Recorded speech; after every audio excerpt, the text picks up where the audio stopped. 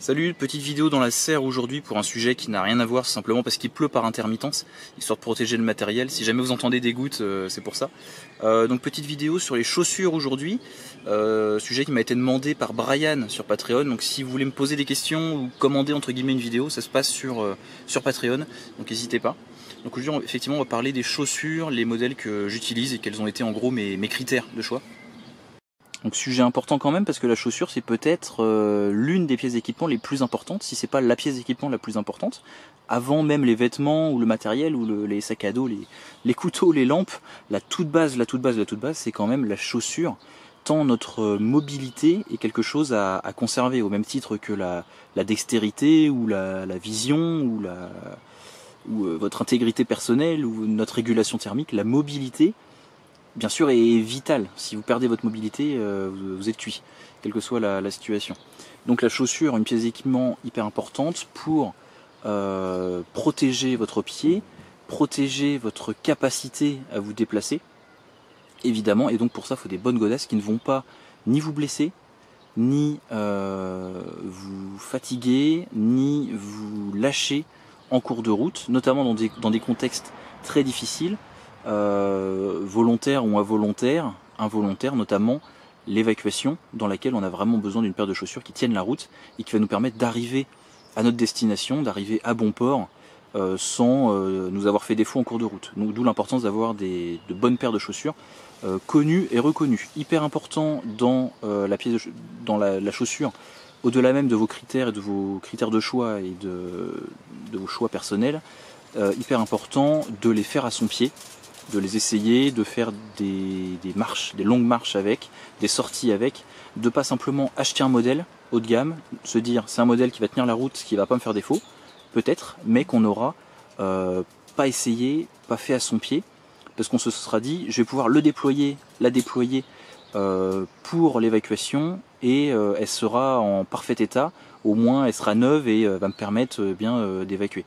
Sauf que le problème c'est que la chaussure n'aura pas été faite à votre pied et vous risquez, si en plus vous ne l'avez pas essayé vraiment sur des longues périodes, vous risquez de vous blesser et donc de vous retrouver à faire votre marche avec des douleurs de cheville, de genoux, j'en passe, et surtout d'ampoules. Donc ça bien sûr ce serait un gros problème. Au niveau des critères de choix, donc d'abord, avant même de parler de style, d'abord la hauteur de tige. Une tige basse, j'en ai pas forcément, mais qui arrive sous la malléole, plus léger, ça vous permet d'être plus mobile. Et souvent, modèle équivalent, on va dire moins cher que les tiges plus hautes, forcément, il y a moins de matière, même si c'est pas le plus important. Mais l'inconvénient des tiges basses, c'est que, bien sûr, votre pied sera bien moins protégé, plus de risque d'entorse et plus de risque de blessure par percussion sur les malléoles ou sur la cheville, ou de griffures, etc. Donc pour que le pied soit un peu plus protégé, on va préférer une tige un petit peu plus haute. Moi je reste sur un bon compromis, les tiges moyennes. Après des tiges plus hautes seront trop encombrantes, surtout que dans mon choix, donc surtout que personnellement, je les porte au quotidien. Je porte toute l'année la même paire de godasses, que ce soit hiver, été, que ce soit au quotidien si je fais pas grand chose, ou si je bricole, ou si je randonne, ou si je vais bivouaquer, ou si voilà, je fais mon jardin, enfin je fais vraiment tout avec la même paire. C'est pour ça que j'en flingue pas mal. On va voir ça dans le détail. Donc voilà, critère suivant, ça va être l'imperméabilisation. Des chaussures imperméables qui vont être par exemple équipées de la technologie Gore-Tex. Ça peut être pas mal dans le sens où votre pied est censé rester un petit peu plus au sec tout en ayant quelque chose d'assez respirant. Le problème c'est que ça marche pas forcément si bien que ça et vous risquez d'avoir un pied qui reste humide si malheureusement il devient humide. C'est pas suffisamment respirant. Là où des chaussures qui ne sont pas Gore-Tex, par exemple celles-ci ne sont pas du tout ni étanches ni imperméables, au moins elles sèchent vite et votre pied va quand même un peu plus respirer, notamment l'été. Et des chaussures complètement étanches, par exemple les Rangers, pareil, elles vont vite sécher quand on ne les porte pas si jamais on a le pied mouillé. Mais l'inconvénient c'est que si votre pied est mouillé à l'intérieur, il va complètement rester mouillé. Mais vu qu'elles sont étanches, votre pied a moins de risque de mouiller aussi. Donc tout est question de jauge, soit du respirant qui mouille, soit de l'étanche qui mouille pas et qui respire pas, soit un compromis, le Gore-Tex, plus coûteux et pas forcément ce qu'il y a de plus durable. Quel autre critère? Le style, c'est moins important, même si des chaussures civiles, bien sûr, sont un petit peu plus homme gris que des chaussures militaires, qui vont faire un petit peu plus repérer au sein d'une population si on prête attention aux chaussures. D'ailleurs, exercice intéressant, intéressez-vous aux chaussures des personnes que vous croisez, et ça en dit beaucoup finalement sur qui sont ces personnes, puisque bien souvent elles vont choisir ces chaussures en fonction de qui elles sont, de ce qu'elles font et de leur goût personnel. Donc c'est très intéressant de regarder les chaussures des gens pour essayer faire un petit peu de sociologie de comptoir et essayer de deviner qui est qui et qui fait quoi. Toujours rigolo. Allez, on passe sur les modèles. Donc en fait, au niveau du choix de la chaussure, personnellement, ce que j'ai toujours voulu faire depuis des années, c'est avoir une paire que je vais porter au quotidien et qui en plus de ça va être capable, si j'ai besoin, de courir, ça va aller, mais surtout de marcher longtemps sans avoir mal aux pieds, d'avoir une capacité de franchissement assez utile si besoin au quotidien, et également une tige moyenne qui va me protéger, en fait, voilà, la cheville, la malléole. Sans être pour autant trop haute, trop encombrante, et surtout trop lourde et voilà, pas si discrète que ça au quotidien. Donc en fait, ce qui s'est passé, c'est qu'il y a des années de ça, je m'étais arrêté sur les chaussures de randonnée de Decat, que vous connaissez tous, je vous mets une image là.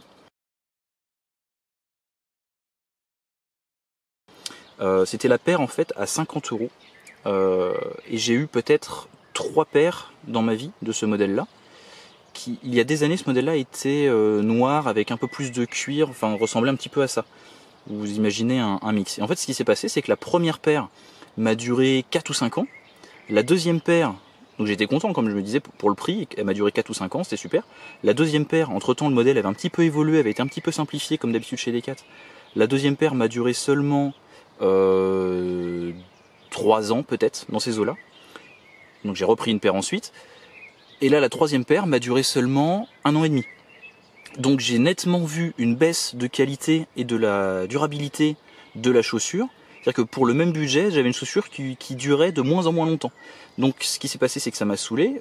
Bon, après, c'était puisque je veux avoir une chaussure vraiment que je porte toute l'année, quel que soit le temps, qui me permet aussi d'aller randonner ou d'aller bivouaquer si besoin, ou je bricolais avec. Je la portais vraiment tous les jours, toute l'année. Forcément, j'ai besoin de quelque chose qui tienne quand même dans le temps. Mais comme j'ai vu que ce modèle-là durait de moins en moins longtemps, j'étais vraiment déçu, puisqu'il y avait finalement une baisse de qualité chez Quechua, en tout cas de mon retour d'expérience. Et à mon avis, c'est pas seulement sur les chaussures, c'est vraiment regrettable chez Decathlon depuis quelques années. Plus le temps passe, et bien plus on a des choses de plus en plus simplifiées et de moins en moins durables en fait. Je pense qu'ils baissent la qualité, puisque inflation et coût des matières premières obligent, ils essayent de garder un coût bas, donc ils sont obligés de rogner peut-être, je sais pas, mais ils sont obligés de rogner sur la qualité pour garder un prix bas, un prix compétitif, un prix qui lui ne va pas augmenter pour conserver la même qualité, donc c'est dommage. Donc en 2019, fin 2019, j'ai arrêté de prendre les Quechua 500 de randonnée, j'ai pas repris une quatrième paire, j'ai abandonné ce modèle et j'ai voulu passer sur chez Soloniac, puisque j'avais trouvé donc cette paire qui est intégralement en cuir, à part l'intérieur qui est en synthétique et la semelle qui est en plastique.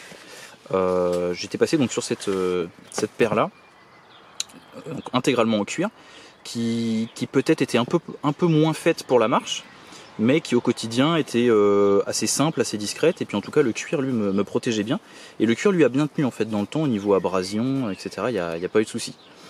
Mais malheureusement, elles m'ont fait aussi seulement 1 an, elles aussi. Alors vous allez me dire, oui, c'est pas fait pour ça, c'est les chaussures de chasse, c'est pour un port occasionnel.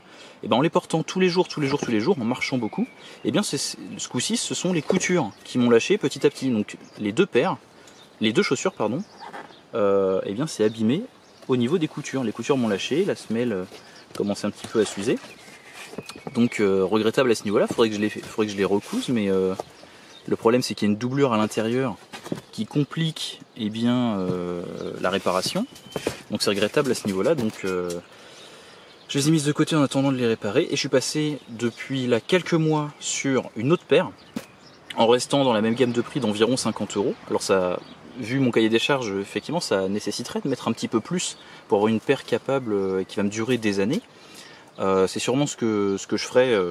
J'en ai marre de racheter une paire de godasses tous les 2-3 ans et un peu plus régulièrement en ce moment parce que la qualité baisse.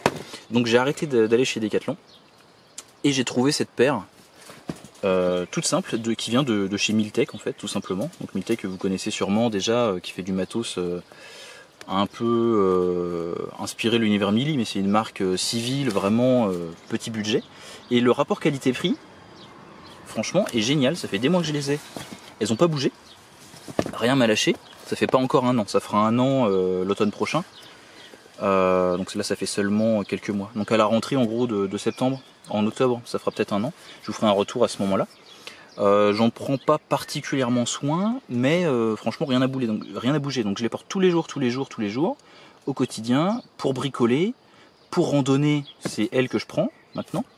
Et voilà, ça fait parfaitement le boulot. Donc ça c'est les Miltech Paratrooper. Donc elles existent en tige basse. Moi comme je vous disais, je préfère avoir une tige moyenne qui va me protéger la cheville. Donc voilà, c'est du cuir, du synthétique. Elles sont pas imperméables, elles sont pas Gore-Tex, mais elles sont suffisamment protectrices. Mais elles sont pas imperméables, donc le pied risque d'être mouillé. C'est le problème si on fait de la randonnée au long cours, on évitera d'avoir les pieds mouillés, les chaussettes mouillées, parce que ça peut être un problème. Mais bon, au moins elles sont assez respirantes et surtout assez légères et vraiment pas chères. Le rapport qualité-prix est vraiment pas dégueu.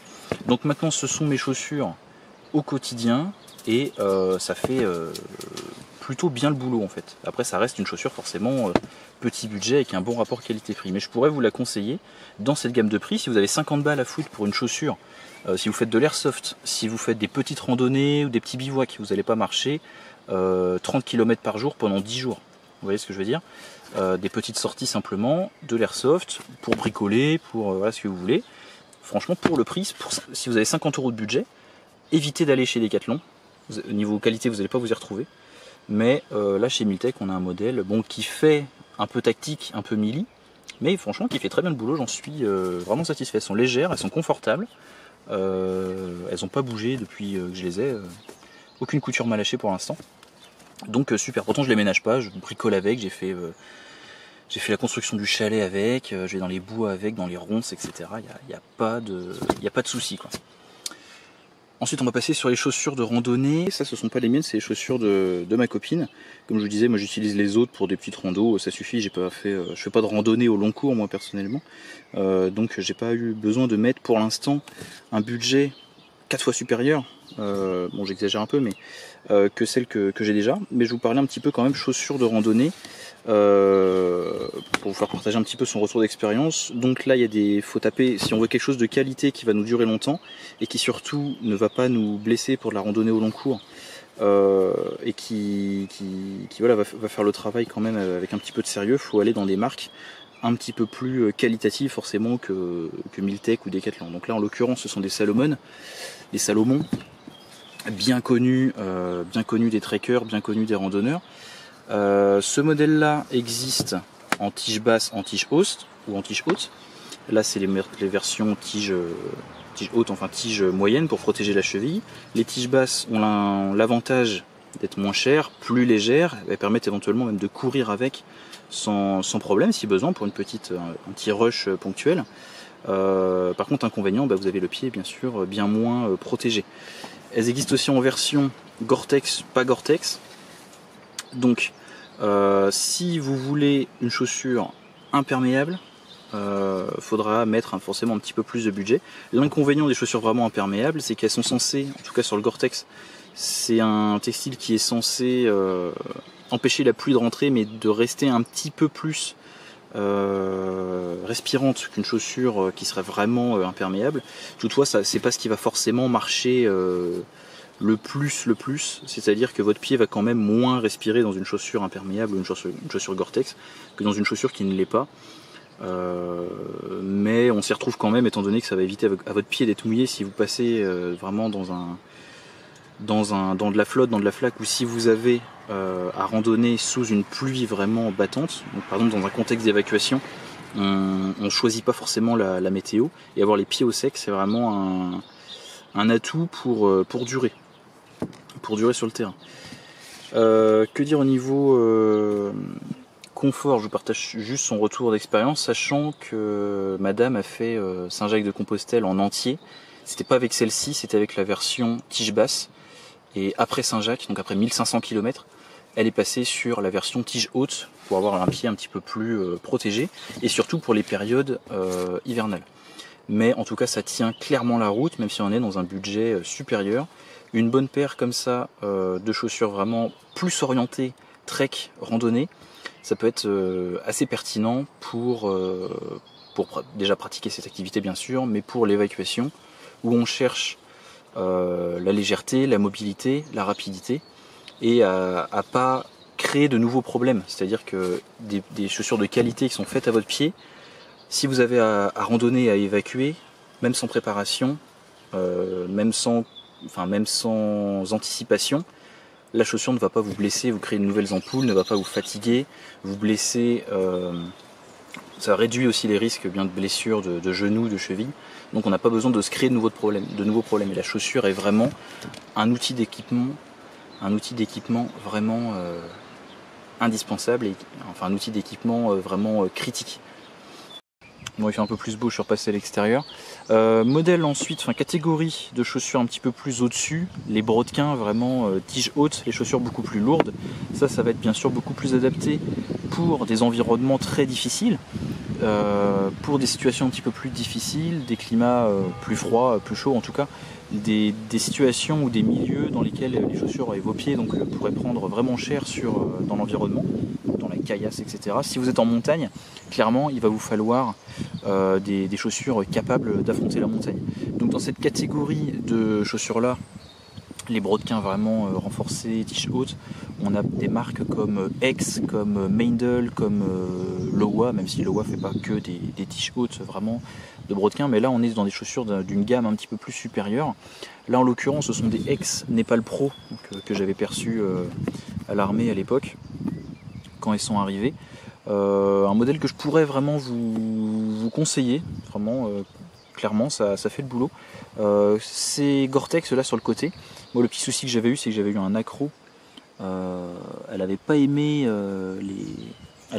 le béton parisien sur Sentinelle, et donc résultat j'ai un trou maintenant à ce niveau là, et j'ai de l'eau qui peut rentrer maintenant à ce niveau là. Donc si vous avez acheté une paire vraiment et que vous avez mis du budget, ça peut faire mal au cul d'avoir un truc qui s'abîme rapidement à ce niveau là. Donc il y a peut-être d'autres marques, d'autres modèles qui font aussi tout à fait très bien le travail. Ces chaussures là, ces types de chaussures là, par exemple pour de l'évacuation, pourquoi pas, si c'est adapté à votre milieu et qu'il vous faut, si votre milieu nécessite des chaussures un petit peu plus renforcées, un petit peu plus capables. Le problème c'est bien sûr le poids sur le long cours. Donc clairement ces types de chaussures par exemple qu'on ne va pas retrouver sur les randonnées au long cours. En général, sauf si le milieu le nécessite. Donc après voilà, tout dépend de chacun. Là le budget est un petit peu plus supérieur quand même par rapport à des chaussures plus légères. Ça reste une catégorie quand même de chaussures à avoir éventuellement en complément, je pense, selon le besoin. Pour l'évacuation, pourquoi pas, si on est sur du court terme.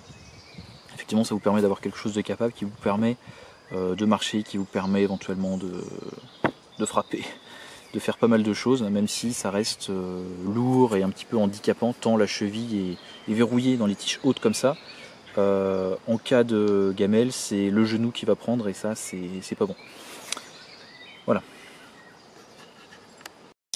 Petit aparté sur la Rangers, la vraie. Petit aparté sur la Rangers, tant c'est une chaussure, on va dire, iconique dans le milieu, et pas que dans le milieu survivaliste d'ailleurs en général. La Rangers, vraiment une chaussure à part, clairement peut-être à avoir en complément. La chaussure, bien sûr, vraiment obsolète. La BMJA 65 date, comme son nom l'indique, d'une conception de 1965. Donc brodequin de marche à jambière attenante, modèle 1965, ça n'a pas évolué depuis. Inspiré d'un modèle d'avant qui était en cuir brun, d'un modèle encore avant qui date des bottes des parachutistes américains de la Seconde Guerre mondiale. Donc effectivement ça remonte à loin. Technologiquement clairement obsolète. Toutefois, malgré tous ces défauts qu'on va voir juste après, ça reste le plus durable, le plus simple, le plus rustique. Quand on cherche de la rusticité, de la durabilité, la Ranger c'est incontournable. Donc paire de chaussures à avoir clairement dans sa panoplie de godasses. Je ne vais pas rentrer trop dans le détail parce que j'ai tellement de choses à vous dire sur la Ranger que je vais faire une vidéo complémentaire spécifique sur la BMJ 65, tout ce qu'il va y avoir un petit peu à savoir et en tout cas mon retour d'expérience et mes conseils. Je vais faire une vidéo rien que sur la Rangers juste après. Donc voilà, une paire de chaussures à avoir en bonus, mais je rentre pas plus dans le détail dans cette vidéo sur les chaussures en général pour faire court. Enfin la paire de chaussures bonus, si on peut parler de chaussures, eh bien ce sont les bottes finalement, la paire de chaussures, enfin la paire de godillots indispensables dans toute base autonome durable qui se respecte et dans toute ferme autonome ou ce que vous voulez. Bien sûr, hein, enfin, je ne vais pas trop rentrer dans le détail, mais une bonne paire de bottes c'est irremplaçable, n'empêche, pour être dans la terre, dans la boue, pour être dans la flotte jusqu'à mi-mollet. Vraiment avoir une bonne paire de bottes dans votre panoplie de godasses. Je rentre pas dans le détail parce qu'il n'y a pas grand chose à en dire, mais par exemple là ce modèle là m'a été offert et il est coquet, donc c'est un petit peu mieux pour utiliser, un petit peu plus sécurisant pour utiliser certains outils, que ce soit des outils à main ou des outils à moteur comme le motoculteur, pour se protéger et éviter toute blessure. Donc voilà, à voir. Donc voilà pour ce que j'avais à vous dire sur les chaussures, sur mes critères. Comme d'habitude, j'ai l'impression que j'ai oublié énormément de choses. Donc si vous avez des questions, n'hésitez pas à les poser dans les commentaires, je vais essayer d'y répondre parce qu'il y a tellement de choses à dire que forcément il y a plein d'informations qui passent à la trappe. Que vous dire d'autre? Merci Brian pour ta question. Si vous avez des questions aussi, si vous avez un sujet de vidéo à me proposer, ça se passe sur Patreon. Que dire d'autre? Eh bien, voilà en gros pour ce que j'avais à vous dire sur les godasses. Pièces d'équipement hyper importantes. Donc j'espère avoir pu vous orienter un petit peu. Je vous souhaite à tous une bonne fin de journée et à très bientôt. Salut!